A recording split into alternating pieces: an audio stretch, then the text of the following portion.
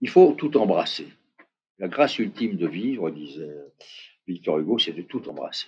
Et j'ai essayé de tout embrasser. Donc, si je devais le refaire, oui, j'embrasserais autant.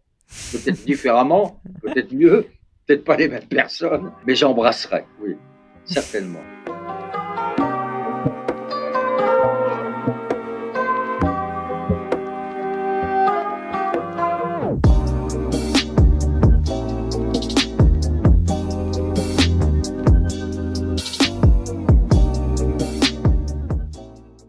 Bonjour Philippe, bienvenue sur Le Gratin. Bonjour, Je suis bonjour. très honorée de vous recevoir, Philippe. Vous avez eu vraiment 1000 vies et je vous avouerai que j'ai eu assez de mal à me décider sur comment j'allais commencer cette interview. Et du coup, j'ai décidé d'attaquer en parlant de littérature parce que c'est un sujet, je crois, qui nous rapproche un peu. Moi, je suis une ancienne littéraire aussi. Ouais, Notamment, je sais qu'en plus, vous êtes en pleine promotion, si je puis dire, de votre livre. Et donc, je voulais en parler. Est-ce que vous pourriez, pour les personnes qui nous ont tout simplement commencé à nous écouter et qui ne connaîtraient peut-être pas encore votre œuvre, nous parler de ce dernier livre qui est sorti? alors, il s'appelle J'irai nager dans plus de rivières, qui est un vers extrait d'un poème d'une inconnue américaine qui elle-même s'était inspirée d'un poème similaire de George Louis Borges, et qui dit ceci: si je devais revivre ma vie, j'irais commettre encore plus d'erreurs. Je grimperais plus de montagnes, je danserais plus de danses, je mangerais plus de fraises, j'irais nager dans plus de rivières. Et j'ai trouvé ça beau parce que positif d'abord, appelant à toutes sortes de recommencements, puisque mon livre se termine même sur le recommencement, et aussi et surtout parce que le mot rivière pour moi est un des plus beaux de la langue française. Il rime avec lumière, et surtout, la rivière pour moi c'est le mouvement, c'est la vie. C'est Mm. une limpidité et ça roule, ça coule et il se passe toutes sortes de choses. Or, ce livre, c'est un peu une rivière.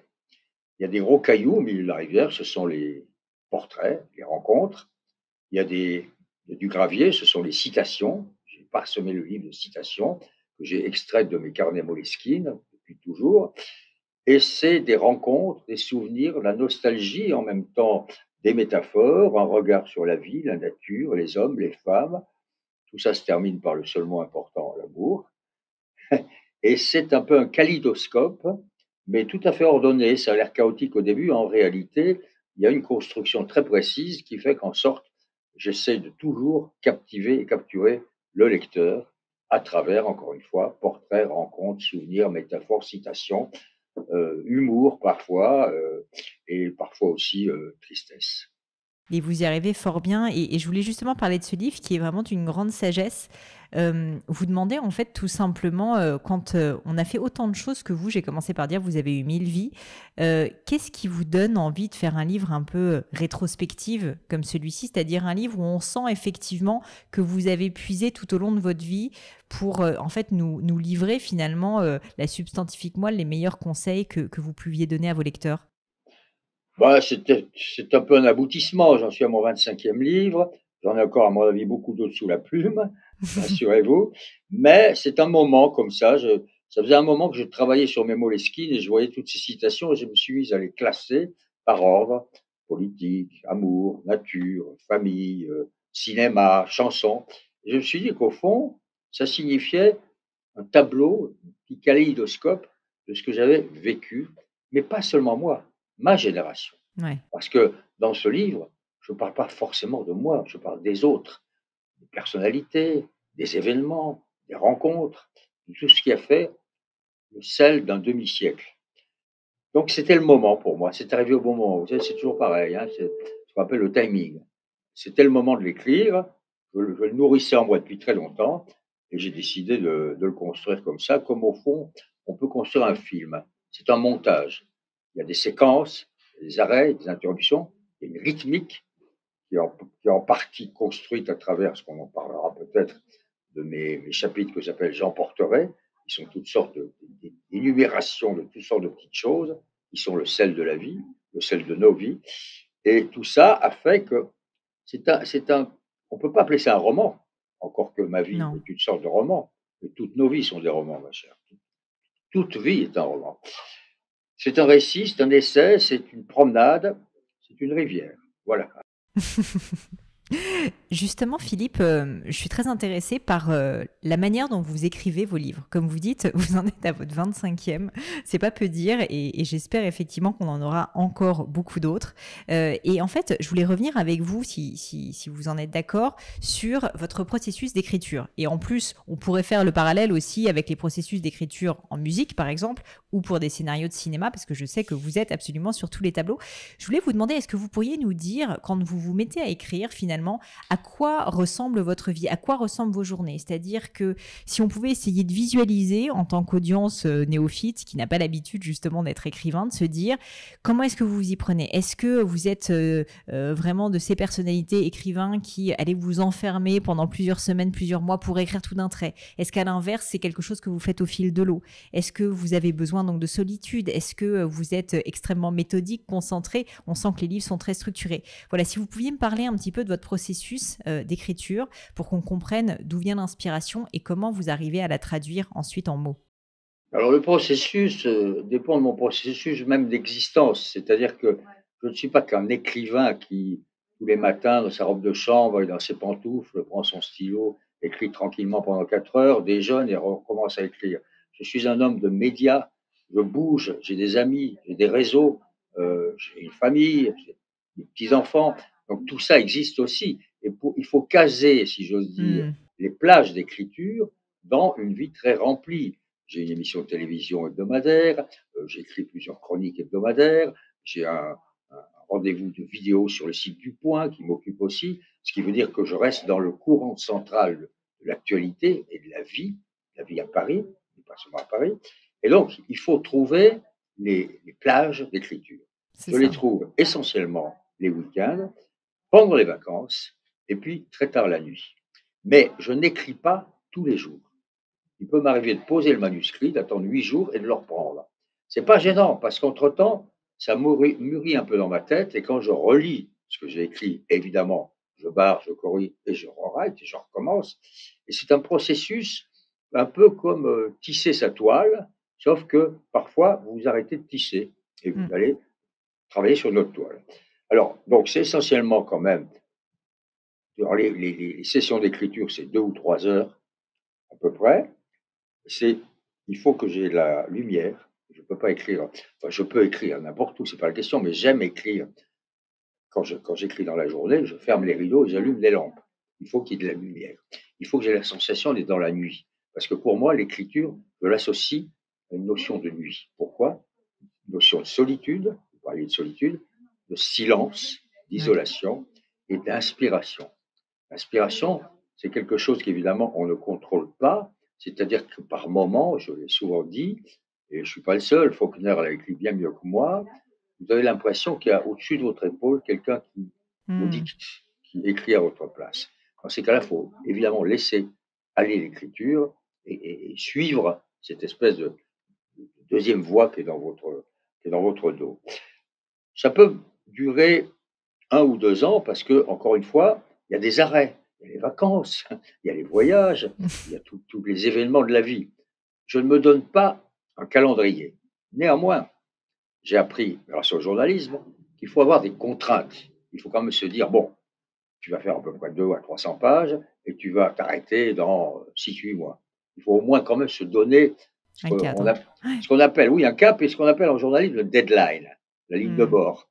C'est-à-dire que quand je faisais des grands reportages pour les grands journaux de l'époque, France Soir ou Paris Match, ou même pour les stations de télévision et de radio, il y avait toujours la notion qu'il y a une heure précise à laquelle il faut livrer. Ouais. Donc, je me donne quand même ça. Mais pour réfléchir à la méthode, j'ai acquis depuis les années maintenant une certaine aisance technique. Donc, ça ne m'est pas très difficile d'écrire, ça vient assez facilement, c'est assez fluide. Encore une fois, limpidité, c'est la rivière. Mais je réécris beaucoup. Je fais un premier jet, je le donne à Anne Boy, qui est ma collaboratrice, elle tape, je renvoie le texte, et là, je réécris beaucoup, beaucoup. Je fais à peu près l'équivalent pour un manuscrit de 5 ou 6 versions. 5 ou 6 versions. Ah ouais. Mais attends, version. Le même texte, mais corrigé, Ouais, c'est ça. élagué. C'est-à-dire Et que pour moi, justement, c'est. C'est ça qui est Pardon. intéressant. Je suis absolument navrée de vous interrompre, mais quand vous dites des corrections, souvent, en fait, les écrivains, quand ils parlent, disent que c'est un souci aussi d'élaguer, de simplifier, de toujours retravailler les mots pour les rendre encore plus lumineux et encore plus directs. Est-ce que vous avez ce genre aussi de réflexion sur le fait de, quand vous corrigez, justement, essayer de faire mieux avec moins? Évidemment, c'est une exigence absolue pour moi. Alors, quand je relis mes premiers bouquins, je me rends compte que j'ai beaucoup changé mon style. Heu, Si je lis, par exemple, Le Petit Garçon ou même Un été dans l'Ouest, c'est une profusion de détails, de choses, ça foisonne et tout, alors qu'avec les années ou peut-être avec l'âge, appelez ça comme vous voudrez, ou l'expérience, je vais plutôt vers un peu plus de rigueur et de simplicité. Ouais. Et élaguer veut dire quoi? Ça veut dire se débarrasser de tout ce qui n'est pas essentiel. Les Hmm. mauvais adjectifs, les adverbes inutiles, la répétition. Je ne supporte pas d'avoir 2 pages au cours desquelles on va retrouver 2 fois le même mot, vous voyez? Donc il y a une espèce de méticulosité, et c'est d'ailleurs très excitant et très intéressant parce qu'on peut toujours faire mieux. C'est un travail d'artisan, hein. Quand je cite dans mon livre ce fabuleux passage d'un livre de Charles Péguy où il parle de l'art des gens qui faisaient des chaises. Il fallait que le bâton de chaise fût lisse, fût bien fait et fût fait en fonction de ce bâton de chaise, et pour rien d'autre que simplement que ça soit bien, que ça soit un beau travail. Donc il y a la notion de travail, ça aussi c'est très important, et c'est jamais douloureux. Les gens vous parlent de la difficulté d'écrire. Oui, c'est difficile, mais ça n'est pas douloureux, ça n'est pas une souffrance, Hmm. c'est un privilège, c'est une chance. Ça me donne encore plus envie d'essayer un jour à mon tour, mais je crois que j'ai un petit peu de travail et quand je vois tout ce que vous avez réussi, je suis très inspirée. Est-ce que, Philippe, pour parler donc de J'irai nager dans plus de rivières, est-ce qu'on pourrait parler de cette phrase absolument marquante, je crois, issue de Malraux, qui dit que l'intelligence est la destruction de la comédie. J'ai vu une émission où vous parliez de ce mot et j'aimerais bien que vous explicitiez, s'il vous plaît, à mon audience, ce que vous vouliez dire par là. Qu'est-ce que c'est que cette fameuse destruction de la comédie? Est-ce que vous l'avez vécu? Est-ce que vous-même, vous avez joué la comédie? Et pourquoi est-ce que cela nécessite autant d'intelligence?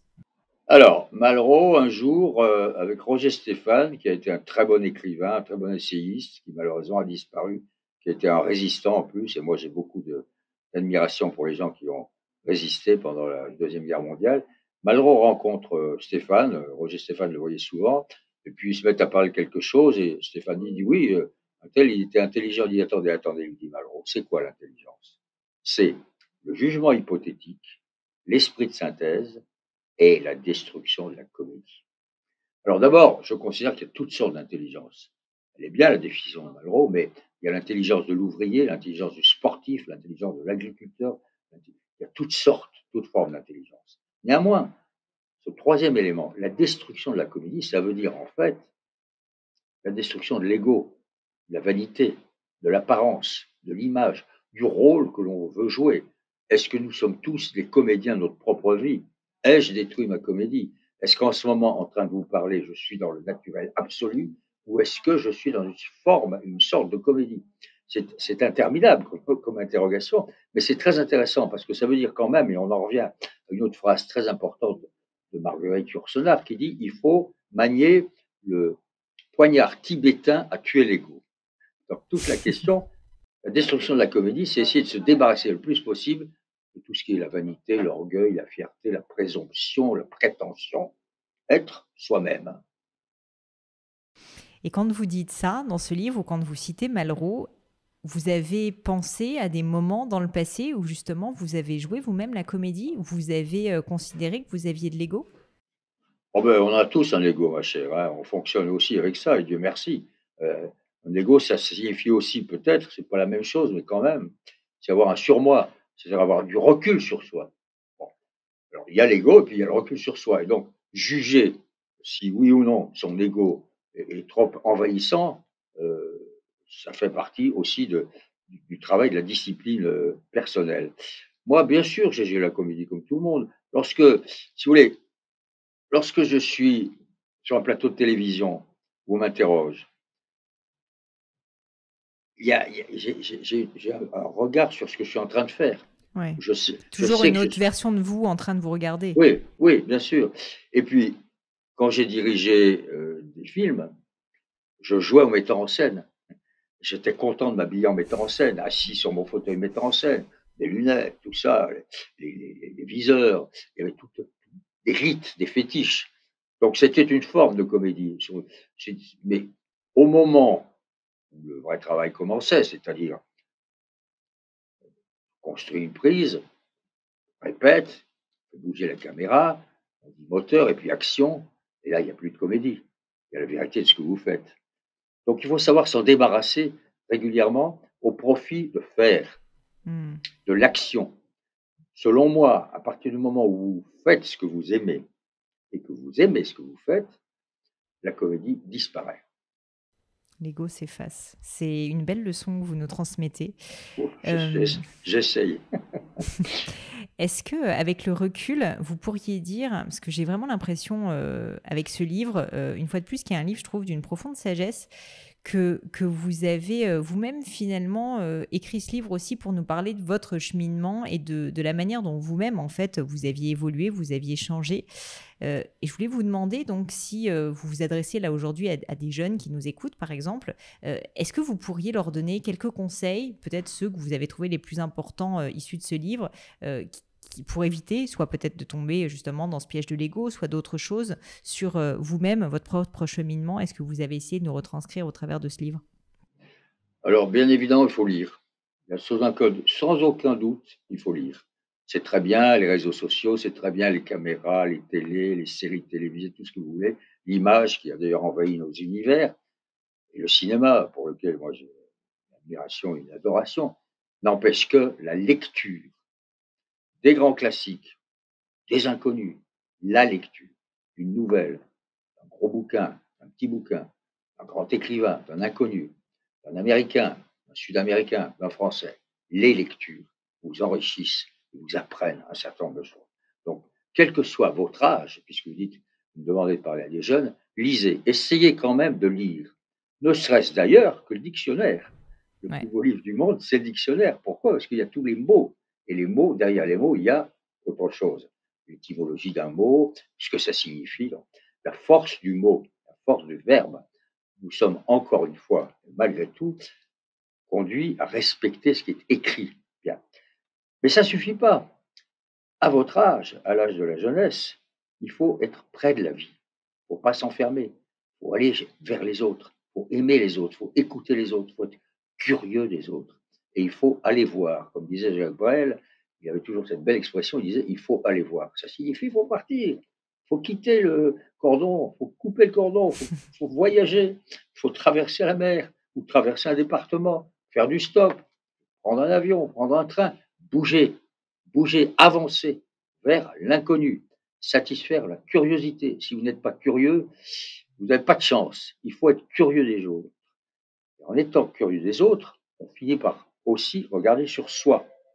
Donc, quatrième ou troisième conseil, si tant est que je puisse en donner, c'est une fois que vous avez un petit peu vécu et engrangé un semblant d'expérience, ne la laissez pas de côté.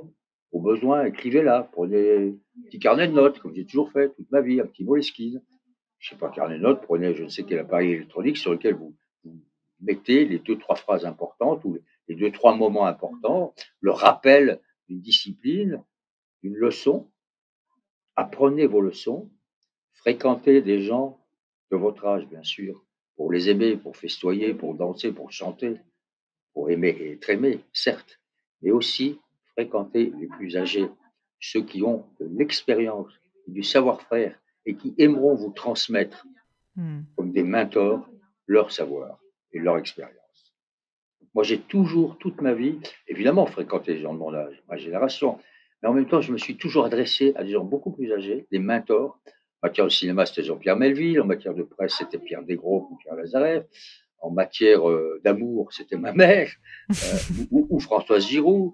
Et en matière de femmes, de connaissance des femmes, c'est ma propre épouse qui est plus jeune que moi, néanmoins, mais plus âgée parce que les femmes sont bien plus âgées que nous et plus expérimentées que nous. Bref, allez chercher chez des gens, hommes ou femmes, qui ont un petit peu plus de savoir que vous, quelque chose qui peut un peu vous enrichir, et puis vous apprendrez. respecter cette autre phrase que je cite dans mon livre, puisque ce livre est parsemé de citations, que j'ai choisies de façon très méticuleuse. C'est la phrase de Marguerite Yourcenar, encore elle. Yourcenar, immense écrivain. Quoi qu'il arrive, je gagne à tout coup parce que j'apprends. Mmh. Quoi qu'il arrive, j'apprends. Donc à tout coup, je gagne. On gagne en expérience. Quoi qu'il arrive. Et ce qui compte, c'est que quelque chose vous arrive. Donc restez pas le cul sur votre chaise devant un ordinateur. Merci pour tous ces conseils, Philippe. Et j'aimerais revenir en arrière pour parler justement de d'où viennent ces valeurs, notamment cette valeur folle de curiosité, de soif d'apprendre qu'on sent chez vous. Et j'imagine que vous avez eu dès le plus jeune âge. Est-ce que vous pourriez nous parler de votre enfance, nous retracer votre enfance? Où est-ce que vous êtes né? Comment étaient vos parents? Pour qu'on essaye de comprendre justement au travers de peut-être cette période de votre vie, comment vous avez été forgé et justement l'impact que ces débuts ont eu sur la personne que vous êtes aujourd'hui? Alors, je suis membre d'une famille de 4 garçons. Je suis le troisième. Donc, étant le troisième, je me sens derrière les deux premiers et je n'ai qu'une envie, tout gamin déjà, de passer par-dessus le deuxième pour atteindre le premier, l'aîné. Et donc, mon objectif numéro un pendant toute mon enfance, une grande partie de ma jeunesse et même plus tard, c'est d'épater le premier. C'est que le premier me reconnaisse. Donc, c'est un Ouais. travail de reconnaissance. Mais comment on démarre tout cela? Je crois beaucoup à une distribution génétique évidemment hasardeuse. Mon père était conseiller juridique et fiscal, mais il écrivait aussi des livres, un compte d'auteur, qui n'ont pas été très très lus, mais il a écrit trois, quatre livres. Ma mère écrivait des poèmes. Donc, dans les gènes, il y a au moins ça, le goût de la littérature, le goût du mot, le goût du récit. Je me suis souvent souvenu que les quatre garçons réunis autour de je ne sais quel pot de fleurs ou autour d'un ballon avec lequel ils jouaient, c'était moi qui, parmi les quatre, racontais les histoires. D'où me venait ce goût de raconter? Sans doute, cette distribution génétique. C'est pas un don, mais c'est un petit talent qui vous est donné. Ouais. Toute la question pour moi a été de l'exploiter, ce talent. Car j'étais nul en classe, à part en français. On disait bon en français. Ben oui. Et puis j'ai eu la chance d'avoir, vers l'âge de 10, 11 ans, un professeur de lettres qui s'appelait Max Privot, qui était mon premier vrai mentor, qui nous a emballé la classe dans laquelle nous étions en nous faisant connaître la littérature, la poésie, qui sortait complètement d'ailleurs du programme qui devait nous instruire. Le programme de lettres de sixième, c'est pas forcément excitant. Et lui, il allait dans Mmh. tous les sens. Ça allait de Verlaine à Hugo, de Ronsard à Fitzgerald. Et cet homme m'a donné le goût et l'envie d'aller plus loin dans l'écriture.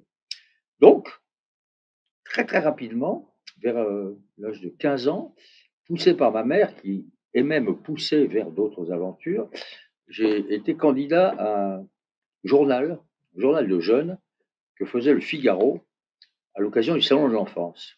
Et pendant 3 semaines, nous étions des lycéens et lycéennes qui ont été sélectionnés pour fabriquer ce journal. On ne faisait pas seul, il y avait des aînés. Et ces aînés, c'était des journalistes, bien sûr, des pros, qui nous ont appris comment on faisait. Et moi, ça m'a tellement passionné que j'ai même évidemment raté mon bac cette année-là, j'ai redoublé parce que je m'étais embarqué en accompagnant les autres journalistes. Donc tout ça est venu petit à petit, le goût du mot, le goût de la chose vue, la chose vécue, le terrain, puisque j'allais sur le terrain avec eux, Ouais. le terrain dans les rues de Paris, hein, pas des grands reportages. Tout ça a fabriqué petit à petit donc un besoin, une envie, un désir d'être reconnu, de m'exprimer et d'aller voir. Alors, ce qui est très étrange, c'est qu'on est quatre, et je suis seul à avoir reçu ça. Il n'empêche que mon frère cadet, le cadet Jacques, architecte, Grand Prix de Rome, mon frère aîné a fait toute sa vie dans la communication, mon quatrième frère, ingénieur conseil. Donc on a tous quand même été formés dans un cocon, disons, non pas d'intelligence, mais disons de De réflexion, culture, de d'idées, réflexion. de Mmh. culture. Ça a joué, j'ai eu cette chance-là. Et ma deuxième chance, c'est là où les valeurs existent, c'est que mes parents, pendant l'occupation, pendant la Deuxième Guerre mondiale, ont été des justes. Ce qu'on appelle les justes parmi les nations, c'est-à-dire ce sont ces Français, il y en a beaucoup, hein, qui ont aidé, qui ont hébergé, qui ont caché des Juifs.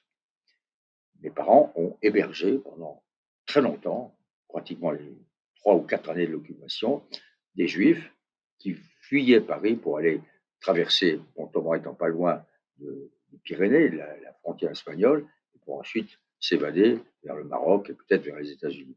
Et donc, papa et maman étaient des justes. Et nous, évidemment, on était gamins. Moi, j'étais un bébé pratiquement. On ne comprenait pas ce qui se passait. Simplement, on nous l'a appris peu à peu après. Et j'ai eu des témoignages de gens qui ont été sauvés par mes parents, qui ont fait que je me suis toujours donné comme exemple cet homme et cette femme qui ont pris des risques inouïs. Ouais, Parce que, ce faisant, ils risquaient et leur vie et celle de leur garçon. bien sûr. Et je me suis toujours demandé, qu'aurais-je fait à leur place? Est-ce que j'aurais eu ce courage ou cette inconscience? Était-il inconscient ou au contraire, le faisait-il en toute conscience? En tous les cas, nous avons eu affaire, nous, les enfants Labro, à des modèles, à des exemples. C'est une chance inouïe d'avoir ça. Et ça m'a servi. C'est pas pour ça que j'ai pas fait énormément de bêtises et d'erreurs, mais j'en ai peut-être fait un peu moins à cause de ça. Parce qu'ils étaient et ils sont toujours dans la mémoire, ils ont évidemment tous les deux disparu, des phares, des balises, des feux qui s'allument. Attention, ça faut pas faire ça. Hmm. Mon père, quand il parlait de quelqu'un, c'est l'expression de cette époque, il disait c'est un type bien. C'est des mots simples, un type bien. Essayez d'être un type bien. Difficile. Et Philippe, vous avez ces valeurs en vous dès le plus jeune âge et vous commencez donc votre carrière, si je ne me trompe pas, dans le journalisme comme reporter, mais assez tôt, vous commencez à publier des livres en parallèle. J'aimerais bien comprendre, justement, on a compris d'où venait l'amour du journalisme, donc avec, avec ce concours, mais d'où vient l'envie d'aller au-delà et de comprendre que vous avez finalement aussi une autre vocation qui n'est pas uniquement, même si c'est déjà quelque chose d'assez extraordinaire, de devenir journaliste de terrain, comme vous dites, dans l'action, mais en plus de ça et en parallèle, d'avoir une autre carrière. Et d'ailleurs, on verra plus tard qu'il y en a eu 1000, puisque comme on l'a dit, vous êtes tout autant sur la chanson, le cinéma, etc. Qu'est-ce qui vous a poussé finalement à cet éclectisme et à ce choix au final assez peu commun de mener autant de carrières de front? L'énergie, la curiosité, les modèles, et puis aussi les opportunités que m'ont donné mes actes de candidature à telle ou telle bourse, si bien qu'un jour, à l'âge de 18 ans, j'ai obtenu une bourse de voyage qui m'a amené aux États-Unis, une bourse d'échange, où je suis arrivé ne connaissant personne, parlant vaguement l'anglais, dans une petite université du Sud, et où j'avais candidaté parce que je savais qu'il y avait des écoles de journalisme sur les campus américains, ce qui à l'époque n'existait pas. Ça veut dire que déjà, très jeune, je voulais être journaliste. Mais dans ces écoles de journalisme, mes deux profs, l'un d'entre eux était lui-même un écrivain. Et en plus, il nous faisait travailler sur le terrain. C'est ça qui est formidable, c'était concret. Hmm. La petite université en question avait son propre journal, sa propre station de radio, son propre atelier d'écriture. Et c'est là que j'ai commencé à écrire, par exemple, un petit scénario, une adaptation d'une nouvelle d'Hemingway. C'est là que je faisais des reportages, que je racontais à ma manière, avec mon accent français, on appelait ça l'heure du français, le French Hour, des événements, de l'actualité. Donc, le goût de l'expression du journalisme a débouché forcément sur une autre envie, c'est d'aller plus loin en disant, mais et si tu inventais aussi, si tu ne faisais pas simplement que rapporter ce que tu as vécu, Hmm. mais inventer. Donc, petit à petit, je me suis dirigé sous l'influence de mes lectures et du cinéma et des scénarios de films vers la fiction. Mais ma fiction a toujours reposé sur du vécu. J'ai écrit donc une bonne vingtaine de livres. 5 d'entre eux racontent mon enfance, ma jeunesse, mon voyage aux États-Unis, étudiant étranger, 15 ans, un début à Paris, un été dans l'Ouest.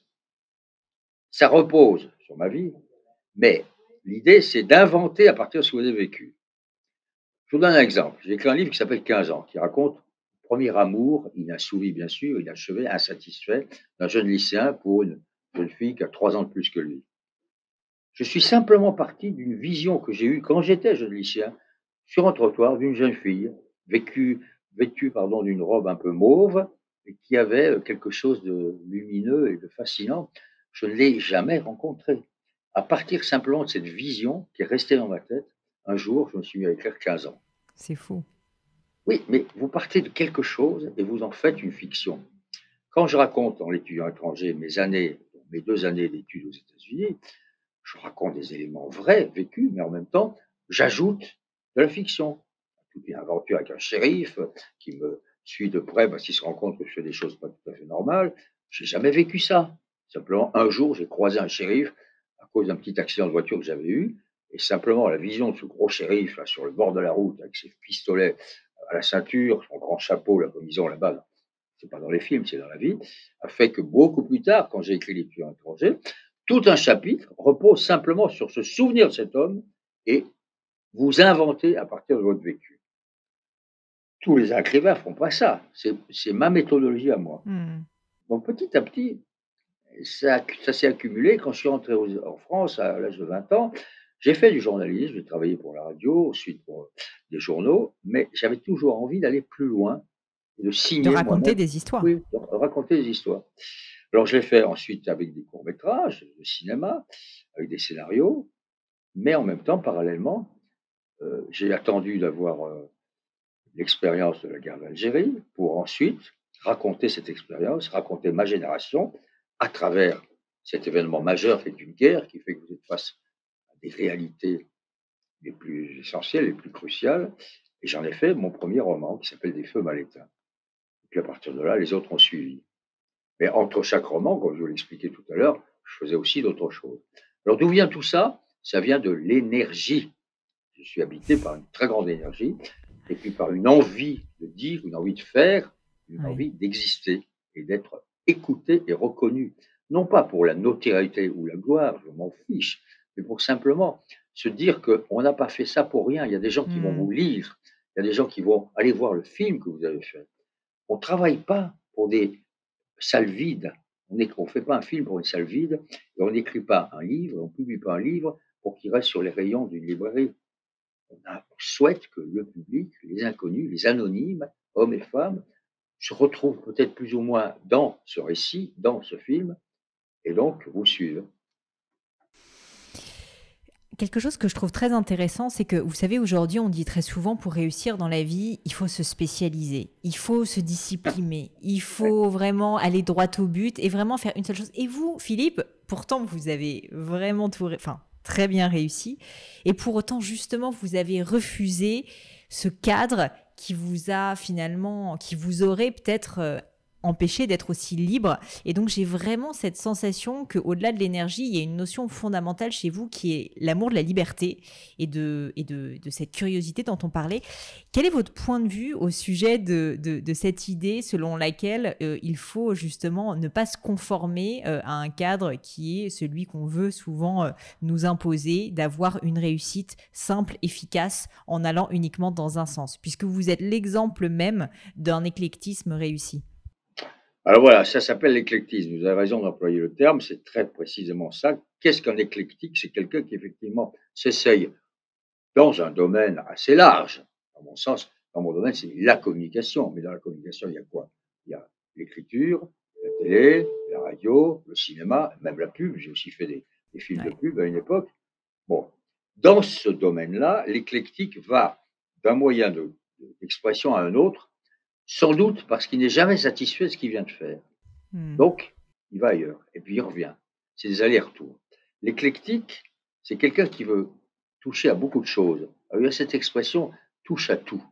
C'est une expression que je n'aime pas parce qu'elle a quelque chose d'un peu péjoratif. Ah oui, il Ouais. touche à tout. Ben non, on ne touche pas à tout. On touche à un certain nombre de choses.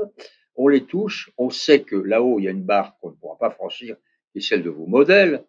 Quand vous avez en écriture Balzac, Victor Hugo, Proust, Kafka, qui vous voulez, Hemingway, vous savez très bien que vous n'y arriverez pas. Toute la question, c'est quand même d'essayer et de trouver sa propre On longueur espère quand d'onde. même y arriver. Ben, on fait tout pour au moins exister. Et donc l'éclectique, c'est le contraire du spécialiste. Si vous avez tout d'un coup une vocation, une passion précise pour un sujet, la médecine, le sport, la politique, l'économie, alors oui, je peux très bien comprendre qu'on se spécialise et qu'on ne fasse que cela. Mais moi, j'étais et je suis ce qu'on appelle un généraliste.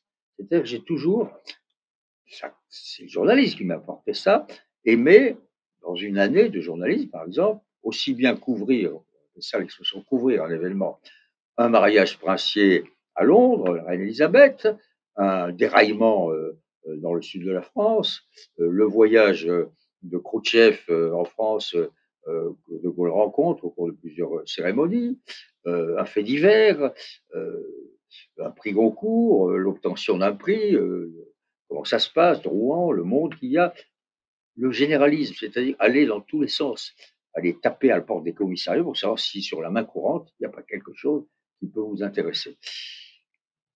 Ça vient de, oui, du fait que je suis très curieux et que pour répondre, si vous voulez, la phrase que je cite dans mon livre, qui est la plus typique de qui je suis, c'est Paul Valéry qui disait: j'ai beau faire, tout m'intéresse.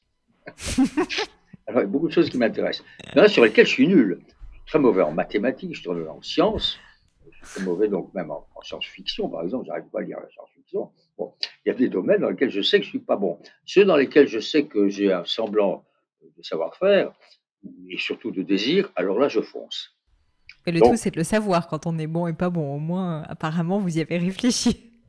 Bah, non, mais on est bon ou pas bon, c'est pas la question. La question, c'est de faire. Et d'aimer faire ce qu'on fait. Et faire ce que l'on aime. Et moi, j'ai eu cette chance-là. Je ne me suis jamais ennuyé et je ne m'ennuie jamais dans ce que je fais, dans ce que j'écris, dans ce que je peux construire. Quand je dirige un film, quand j'ai dirigé un film, vous avez une centaine de gens avec vous, pratiquement. 80. Le mécano, la maquilleuse, la script girl, le chef opérateur, le figurant, le comptable, le menuisier, les machineaux. Tout ça, c'est une communauté d'hommes et de femmes. Et vous êtes au petit sommet de cette petite pyramide. Truffaut l'a très bien raconté. Il a dit, François Truffaut, un metteur en scène, c'est quelqu'un à qui, pendant 300 fois par jour, on demande oui ou non. Monsieur, la voiture, on la met là ou on la met là. Madame est mal fichue, qu'est-ce qu'on fait? Est-ce qu'on la garde quand même ou est-ce qu'on change la figurante? Bref. Et ça vous donne, et c'est très intéressant, une notion, et ça m'a beaucoup occupé dans ma vie, d'exercice du pouvoir. Pas pour étaler sa propre puissance, pas pour satisfaire son ego, mais pour être au milieu d'une communauté d'artisans, de spécialistes, qui en savent plus que vous dans leur domaine, et obtenir d'eux le meilleur afin d'arriver à un produit fini. C'est comme ça que j'ai fait des films, et c'est aussi comme ça que pendant 15 ans, j'ai dirigé une grande radio, RTL. Il y avait 300 personnes dans l'immeuble, et dans certains domaines, heureusement, certains spécialistes beaucoup plus forts que moi dans leur domaine. Tout mon talent, si je veux dire, ou moins toute ma vocation consistait à bien déléguer les pouvoirs, bien déléguer les talents pour rester au sommet de la pyramide et être quand même le responsable. Ce qui est étrange, Pauline, je diverge un peu, je passe du coq à l'âne, mais c'est que allez-y. L'écrivain est un solitaire, il écrit seul, hein, je vous ai raconté, hein, dans sa petite chambre avec les lumières, et le cinéaste, le parolier, le patron de presse, il est entouré de gens. C'est tout l'inverse, ouais. Oui, et on est habité par les contradictions. J'ai à la fois cette contradiction, j'aime être seul pour écrire, et en même temps, j'aime être avec les autres pour faire un travail collectif.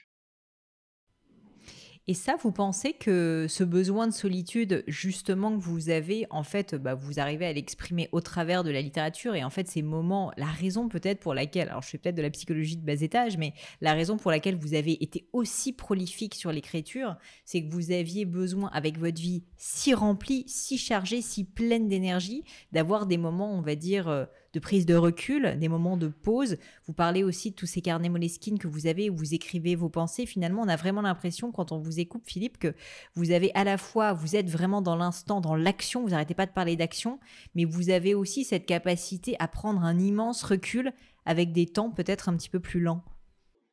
Ben oui, mais c'est toujours pareil. Si vous avez vécu une action, si vous avez vécu un moment, un événement, il a eu lieu. Ne vous fiez pas à votre mémoire. Il y a des choses qui vont disparaître. Donc, vous rentrez le soir et vous notez 3 choses. Et vous réfléchissez à ce que vous avez vécu. Et vous en faites un semblant, sinon de pensée, du moins de réflexion.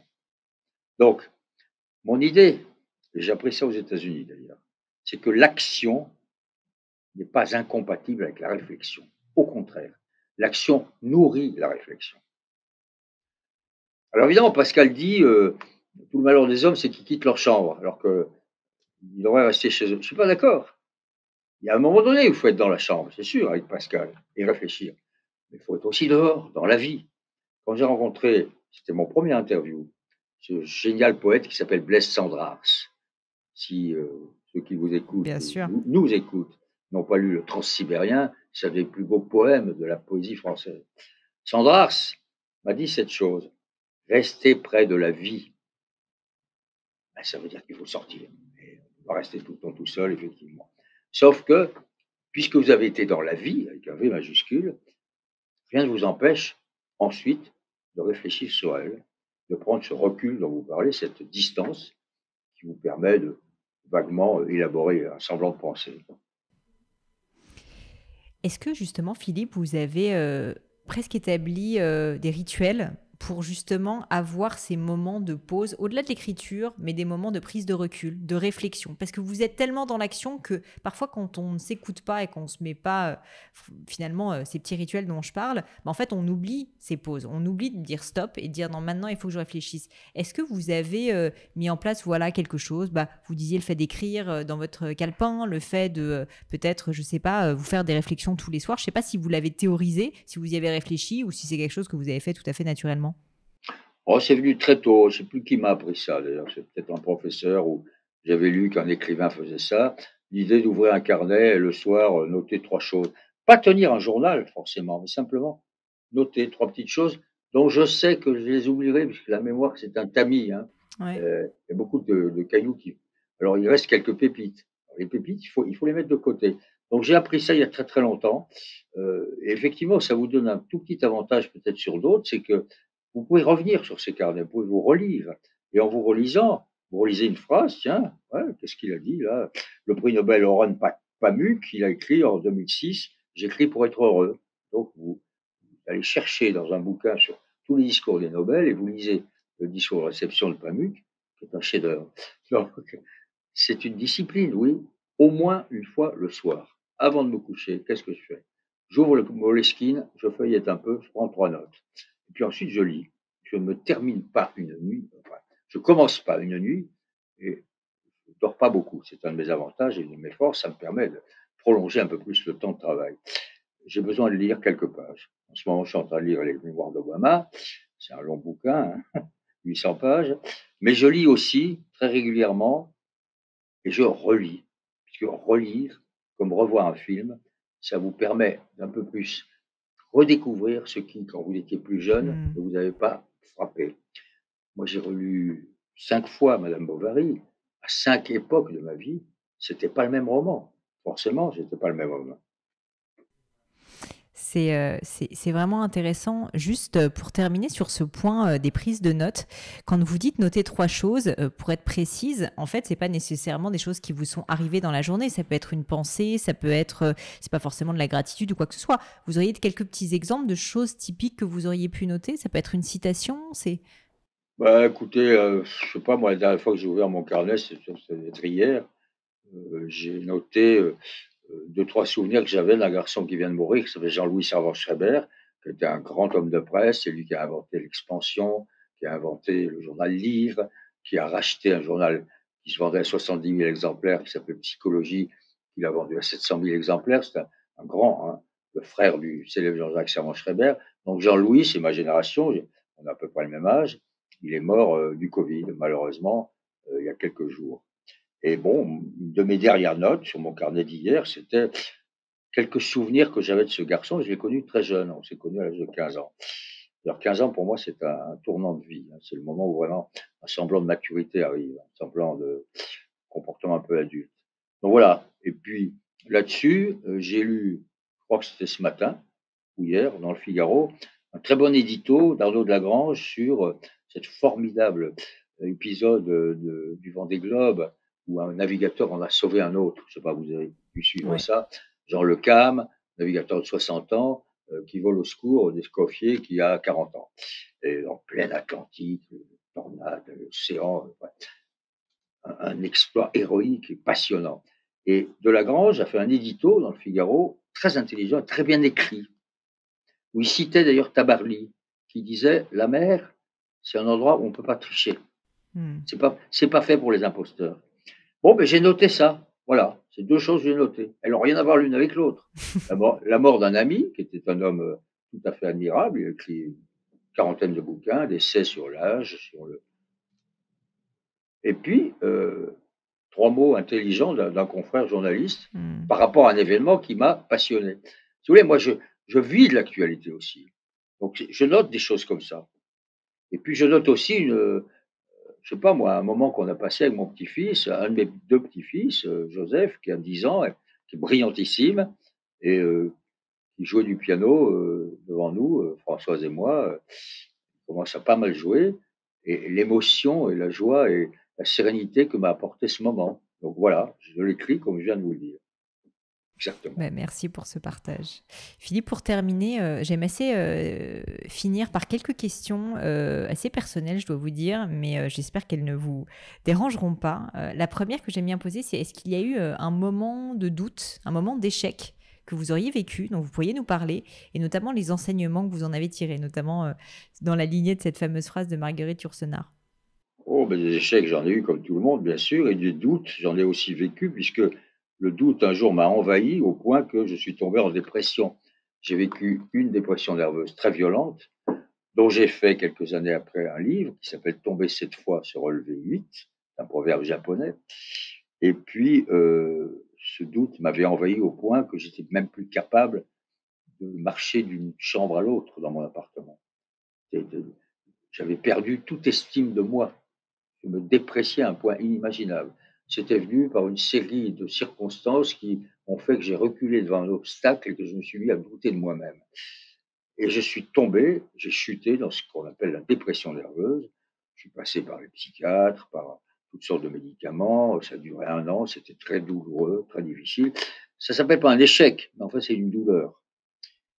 Et puis, je me suis trompé 1 ou 2 fois. J'ai fait un film qui s'appelle Le hasard et la violence, qui a été un bide commercial extraordinaire et qui le méritait, mais c'était pas un bon film. Voilà, j'ai écrit un de mes livres qui s'appelle Rendez-vous au Colorado, qui n'a pas bien marché du tout, donc on peut considérer que c'est un échec. Euh, j'ai fait une rechute de ma dépression 5 ans après la première. J'ai vécu une traversée médicale très très sérieuse pour un problème pulmonaire à Cochin, où j'ai été en réanimation, où j'ai rencontré la mort. Tout ça, c'est pas des échecs, mais enfin, c'est les moments durs, les moments terribles d'une existence. On en a tous d'ailleurs. Vous savez, la vie, c'est pas une ligne droite comme ça, une ligne continue. Ça fait comme ça, hein. Il y a des ruptures, il y a des hauts et des bas. Le succès ou le bonheur n'existe pas plus longtemps que le malheur ou l'échec. Mais de tout cela, j'ai toujours tiré une leçon. Encore une fois, c'est la phrase de Yourcenar. Quoi qu'il arrive, j'apprends. À tous les coups, je gagne. Je gagne en quoi? En réflexion et en expérience. Et surtout en connaissance de soi. Parce que quand vous sortez d'une dépression, Pascal, encore une fois, notre grand penseur, a dit il existe un bon usage des maladies. Mmh. Réfléchissez à cette phrase. Quand vous sortez d'une maladie, vous essayez de prendre la leçon de cette maladie. Pourquoi ai-je été comme ça? Qu'est-ce qui m'est arrivé? Et comment ai-je pu en sortir? Donc, qui suis-je? Donc, si vous vous connaissez un peu mieux et que vous vous acceptez avec vos défauts, avec vos failles, vos faiblesses, eh ben, ça va mieux. À partir de l'instant où vous vous acceptez, vous commencez aussi à mieux comprendre les autres. Voilà, donc c'est les circonstances, les événements, les erreurs. Je me suis trompé sur un certain nombre de gens qui m'ont trompé. J'ai moi-même trompé.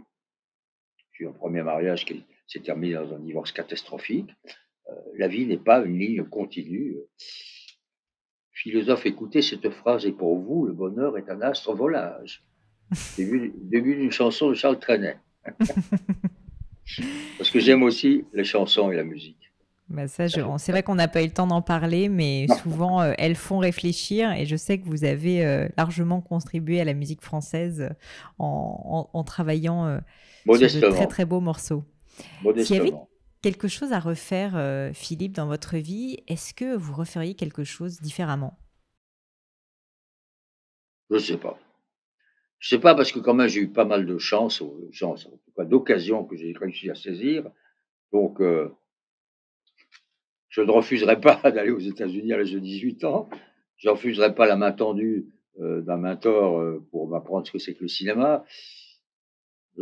Non, si je devais refaire un certain nombre de choses, j'essaierais d'être un peu moins, ce qui a été quand même pendant les 30 premières années de ma vie, un peu moins insolent et arrogant. J'étais assez insolent et arrogant entre 25 et 40 ans. J'essaierai d'appliquer un peu plus vite cette leçon de modestie dont j'essayais de vous parler il y a quelques minutes. Donc, j'essaierai d'être un petit peu plus conscient que nous ne sommes pas grand-chose, qu'il vaut mieux écouter la voix là-haut qui nous dit ne faites pas les malins. On ne sait pas quelle voix c'est d'ailleurs, hein. Je ne dis pas que c'est la voix de Dieu, mais il y a une voix là-haut qui dit ne faites pas les malins. J'essaierai d'être un peu plus gentil que je ne l'ai pas toujours été. Je parle à mes débuts. J'essaierai d'être moins impatient, moins insatisfait et moins avide. Mais bon, c'est la jeunesse aussi, c'est comme ça. Puis c'est ça qui vous a aussi poussé à vous dépasser. Oui, poussé aussi à me corriger, hein, comme tout le monde. Loin d'être parfait, mais enfin, il faut tout embrasser. La grâce ultime de vivre, disait Victor Hugo, c'est de tout embrasser. Et j'ai essayé de tout embrasser. Donc, si je devais le refaire, oui, j'embrasserais autant. Peut-être différemment, peut-être mieux, peut-être pas les mêmes personnes, peut-être pas les mêmes pays, mais j'embrasserais, oui, certainement. Est-ce qu'il y a une maxime, vous en avez déjà cité un certain nombre, des mots de sagesse qui vous touchent particulièrement? Peut-être vraiment la phrase, la citation, les mots qui peuvent venir de vous d'ailleurs, que vous aimeriez, que vous pourriez partager avec nous et qui vous ont particulièrement marqué? Alors, Matisse, grand peintre, génie, dit « On n'a jamais fini ». Bon. Ensuite, Jacques Chardon dit « Les femmes ont sur l'existence des informations qui nous échappent ». J'aime beaucoup celle-là. Ben, elle est géniale. Et il a raison. Les femmes en savent beaucoup mieux que nous, puisqu'elles ont la vie, elles portent la vie, elles donnent la vie. Et ça leur confère un sens du pratique, du pragmatique et du tragique, et une maturité que nous n'avons pas. Bien. Et la troisième phrase qui concerne aussi les femmes, parce que les femmes jouent un rôle capital dans ma vie et surtout dans ce livre. Une femme qui n'a pas peur des hommes leur fait peur. Simone de Beauvoir. Puis il y en a beaucoup d'autres. Hein. Mon patron Pierre Lazareff, un jour, je viens le voir, j'étais énervé par son entourage, ça n'allait pas bien à François, le grand journal de l'époque. Je monte dans son bureau et je lui dis « Pierre, vous êtes entouré de cons ». Il me regarde, sévèrement d'ailleurs, parce qu'il m'aimait beaucoup, mais là, tout d'un coup, il devient sévère et il dit « Mais Philippe, j'aime aussi les cons ». C'est une phrase géniale. D'abord parce qu'on est toujours le con de quelqu'un, tous plus ou moins cons à un moment donné. Ensuite, ça voulait dire, écoutez, on peut aimer beaucoup de gens, ils n'ont pas besoin d'être très intelligents, ils n'ont pas besoin d'être férus de science. Vous pouvez les appeler des cons, mais moi je les aime aussi. C'était une leçon d'humilité extraordinaire. Voilà, j'ai quelques phrases comme ça à votre disposition. Mais ça se termine quand même par la seule phrase forte, qui est la parole du Christ, la parole des mères. Aimez-vous les uns les autres, un point à la ligne. Ça fait réfléchir. J'ai 2 dernières questions pour vous, Philippe. Une qui n'est pas facile, je vous préviens. Est-ce qu'il y a une croyance que vous avez qui, en fait, est assez controversée? Quelque chose où vous avez un avis fort, un avis tranché peut-être, et vous constatez que le monde autour de nous, une nouvelle génération, l'actualité, n'est pas forcément d'accord avec ça. Moi, je constate que nous vivons en ce moment dans une époque difficile et violente, où les extrémismes parfois se rejoignent, où la violence est à tous les coins de rue, et où il faut donc, par conséquent, s'en tenir à quelques valeurs essentielles et un petit peu de discipline. Je pense toujours aux 5 leçons de Winston Churchill, qui sont dans mon livre aussi. Churchill, pour moi, c'est un des plus grands hommes du XXe siècle. C'est sans doute grâce à lui qu'on est là, parce qu'il a sauvé l'Europe à un moment donné, avant que les Américains viennent l'aider et débarquent. C'est peut-être loin tout ça, mais vous savez, l'histoire, c'est ça. Hein. Et Churchill, il disait, il y a 5 leçons. D'abord, il faut viser plus haut. Viser plus haut. Allez, comme Malraux, quand il disait monter d'un cran. Deuxièmement, rien ne remplace le travail. Très important. Troisièmement, ne jamais céder à la déception. Quatrièmement, négliger la méchanceté. Et cinquièmement, privilégier la joie. Alors voilà. Est-ce qu'aujourd'hui nous privilégions la joie? Je ne sais pas. Est-ce que nous privilégions la méchanceté? J'en suis pas sûr quand je lis les réseaux sociaux. Est-ce que nous aimons le travail? Je ne sais pas. Mmh. Mais ce sont des valeurs peut-être traditionnelles, peut-être anciennes, mais si nous ne tenons pas sur ces socles-là, Sur des piliers. on Mmh. va s'écrouler. Donc, parallèlement, je continue de m'émerveiller devant l'inventivité des hommes, même au milieu de tout ce chaos actuel, parce que je pense qu'on est dans une période très chaotique et très dangereuse. Il existe quand même cette capacité de s'adapter, d'inventer, de créer. Rendez-vous compte, Pauline, la vitesse avec laquelle les hommes ont trouvé des vaccins. Ouais. Hein, Ah oui, c'est tu vois, fou. à peine 6 mois, même pas. Comment ils se sont adaptés à une situation inédite? Pas tout à fait, il y avait déjà eu des pandémies, il y avait déjà eu des vaccins. Mais là, pour trouver les vaccins, parce qu'il y en a plusieurs, et on verra lequel est le bon, mais toujours est-il qu'il y a le travail de l'homme, son adaptabilité, sa capacité de faire face à un problème qu'on croyait impossible et Mmh. à faire avancer et à progresser tout en, et c'est là où est la contradiction humaine, continuant de détruire la planète. Parce que Ouais. les 17 000 kilomètres de forêt d'Amazonie qui viennent de brûler, c'est pas génial. Hein. Est-ce que ça compense le génie du vaccin? Je ne sais pas. Mais Ouais. c'est toujours pareil. Hein. Qui l'emporte sur la balance? Le bien Ouais, nos ou le mal? contradictions nous rattrapent, ça c'est sûr. Volontiers, oui. Mais la vie est faite de contradictions. Ouais. La vie est contradictoire. Et les civilisations sont mortelles. Philippe, ma dernière question, je pense qu'elle va vous parler parce qu'en fait, moi-même, je suis une littéraire d'origine. Je suis comme vous, j'étais nulle en maths et plutôt forte en français. Et j'ai fait des études entièrement littéraires. Et donc, la question que je pose toujours, c'est est-ce qu'il y a un livre qui vous a particulièrement touché, marqué, que vous pensez que le monde devrait lire parce qu'il apporte quelque chose d'unique, en tout cas vous a apporté quelque chose dans votre vie d'absolument marquant. Évidemment votre livre, J'irai nager dans plus de rivières, mais aussi peut-être un autre livre qui vous a changé. Bah, c'est une question très difficile, Pauline, parce qu'il y a Un seul, c'est livres, difficile. une Mais forêt de livres. Et une forêt de dans livres. cette forêt, c'est très difficile d'aller chercher l'arbre Mais oui, je majeur, sais. le grand chêne. Oui. Si c'est le grand chêne, c'est Victor Hugo. C'est Les Misérables. Moi, j'ai lu Mmh. Les Misérables très gamin. J'ai évidemment relu 10 fois. C'est une somme extraordinaire de vie, d'expérience, de réflexion, de portraits. C'est fabuleux. Hugo, c'est fabuleux. Bon, il y a Hugo, sans aucun doute. Il y a aussi un livre auquel je tiens beaucoup, c'est le bloc-notes de François Mauriac. Mauriac a tenu un bloc-notes pendant très longtemps dans plusieurs journaux, l'Express, le Figaro. Il y a 2 volumes entiers de la collection bouquins que je vous recommande parce que dedans, il y a pratiquement toute la moitié de la fin du XXe siècle et il y a la politique, la vie, l'amour, la religion, les disparitions, les écrivains et c'est brillantissime. Bon, mais c'est pas le livre majeur. Le livre majeur, c'est peut-être tout simplement le dictionnaire. Je pense que c'est une bonne idée, on me l'a jamais dite et honnêtement, ça me donne, quand Oh, on pense à analyser les mots, on se rend compte qu'en fait, on les comprend peu et qu'ils sont, beaucoup plus puissants en général et profonds qu'on ne le pense. endormez-vous avec le dictionnaire. Mmh. Tous les soirs, feuilletez un peu le dictionnaire, vous découvrez des choses. Mmh. Philippe, je vous remercie 1000 fois pour votre temps. Je vous remercie d'avoir accepté cette interview en plus à distance. Je sais que c'est moins agréable que de se voir en vrai, mais c'était admirable et vous avez merveilleusement bien joué le jeu. J'aimerais donc inviter évidemment toute l'audience du Gratin à vous suivre, notamment à découvrir donc votre nouveau livre qui est actuellement en librairie. Les librairies étant ouvertes en plus, il faut en profiter. Donc J'irai nager dans plus de rivières.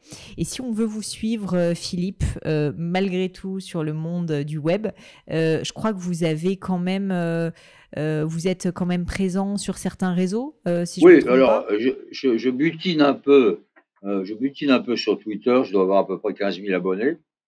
Donc de temps en temps, j'envoie des petits tweets. Certains sont bien reçus, d'autres mal reçus, ça c'est le problème du réseau social. Mm. Je fais une fois par semaine pour le site du Point, le Point FR, Oui, une petite chronique vidéo qui dure 3 minutes. J'ai une fois par semaine sur C8 une émission qui s'appelle Langue de bois s'abstenir, le dimanche soir. qui suit un film que je présente, puisque on appelle ça la séance du dimanche soir de Philippe Oui. Labro. Donc voilà les rendez-vous dans lesquels on peut me rencontrer et me retrouver. Et puis, il y aura toujours le hasard et les circonstances, hein, que je ne Exactement. contrôle pas, que je ne contrôle pas. Philippe, merci 1000 fois pour votre temps. Je vous en prie, je vous en prie, je vous embrasse.